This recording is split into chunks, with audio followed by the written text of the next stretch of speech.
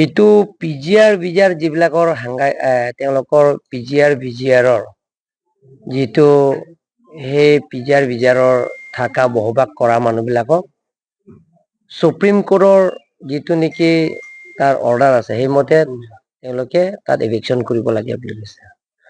সেইমতে আমি কাৰ্বি আংলং অট'নমাছ কাউন্সিলৰ পৰা এটা সিদ্ধান্ত লৈছো আৰু অল পলিটিকেল পাৰ্টি ৰাজনীতি দল সংগঠন তেখেতসকলৰ আলাপ আলোচনা কৰি আমি এভিকশ্যন কৰিম বুলি আমি সিদ্ধান্ত লৈছো। সিদ্ধান্ত মতে আমি পিজিআৰ বিজিআৰৰ মাটি বসবাস কৰা সকলৰ কাৰণে আমি যিবিলাকৰ কাউন্সিলৰ পৰা এপইণ্টমেণ্ট দিয়া চৰকাৰী কামৰা 11 জনৰ আমি লগে লগে তেওঁলোকৰ আমি চাকৰিৰ পৰা আমি তেওঁলোকৰ টাৰ্মিনেট কৰিম।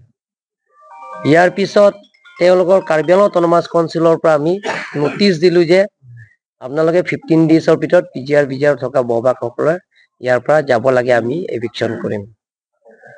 কিন্তু সেই নটিচ দিয়াৰ পিছত তাত বসবাস কৰা মানুহবিলাকে হাইকোৰ্টৰ PIL কেছ দিয়া হৈছে। PIL কেছ চলি আছে এতিয়ালৈকে।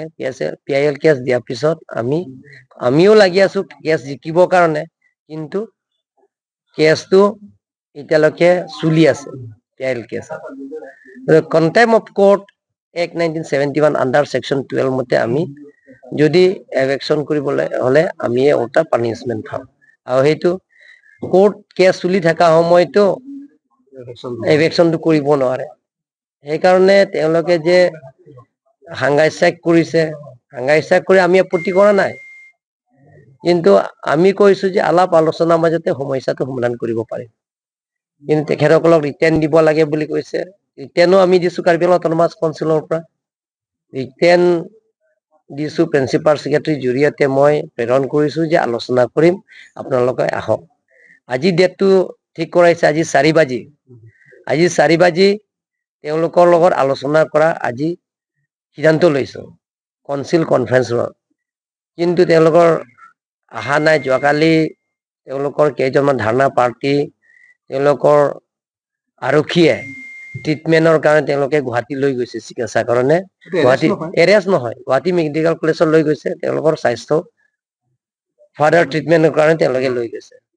গতিকে সেইটো লৈ তেখেতসকলে মানুহৰ মনতো ভুল বুজাবুজি হৈছে যে এইটো এৰেষ্ট কৰা হৈছে বুলি, যে কেইজনমান ল'ৰা যুৱক যুৱতী আহি তেওঁলোকে মোৰ ঘৰলৈকে তেওঁলোকে টাৰ্গেট কৰিলে। মইতো আজি এপিল কৰিছো যে স্থায়ী শান্তি হওক, আলাপ আলোচনাৰ মাজতে সমস্যাবিলাক সমাধান কৰিব পাৰিম। সদায় মই কৈ থাকো যিকোনো সমস্যা আমি আলাপ আলোচনাৰ মাজতে সমস্যাটো সমাধান কৰিম। ঘৰটো নাই, মোৰ মানে দেউতা আছে তাতে। দেউতাটো ট্ৰিটমেন্টৰ কাৰণে গুৱাহাটীতে আছে, ঘৰত কোনো নাই। কাম কৰা কেইজনমান আছে।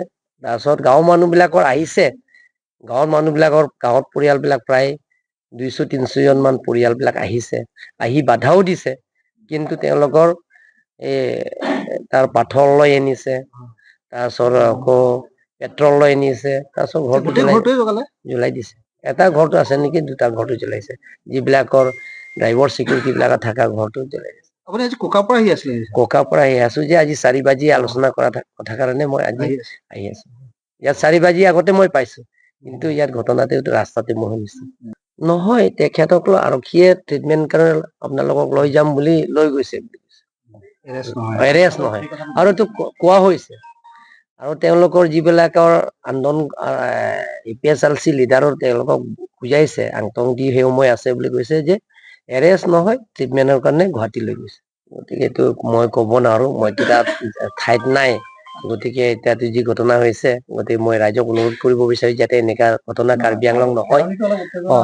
অলপ সকলোৱে দল সংগঠন মই অনুৰোধ কৰিছো, কাৰ্বি আংলং ৰাইজক অনুৰোধ কৰিছো, বুদ্ধিজীৱীক অনুৰোধ কৰিছো যাতে কাৰ্বি আংলঙৰ এনেকা ঘটনা যাতে নহয়, তাকে শান্তি থাকক, তাৰ কাৰণে মই সকলো ৰাইজক অনুৰোধ কৰিছো। মানে প্ৰতিবাদকাৰীখিনি খেৰণিৰ পৰা গাড়ী লৈ গৈছে?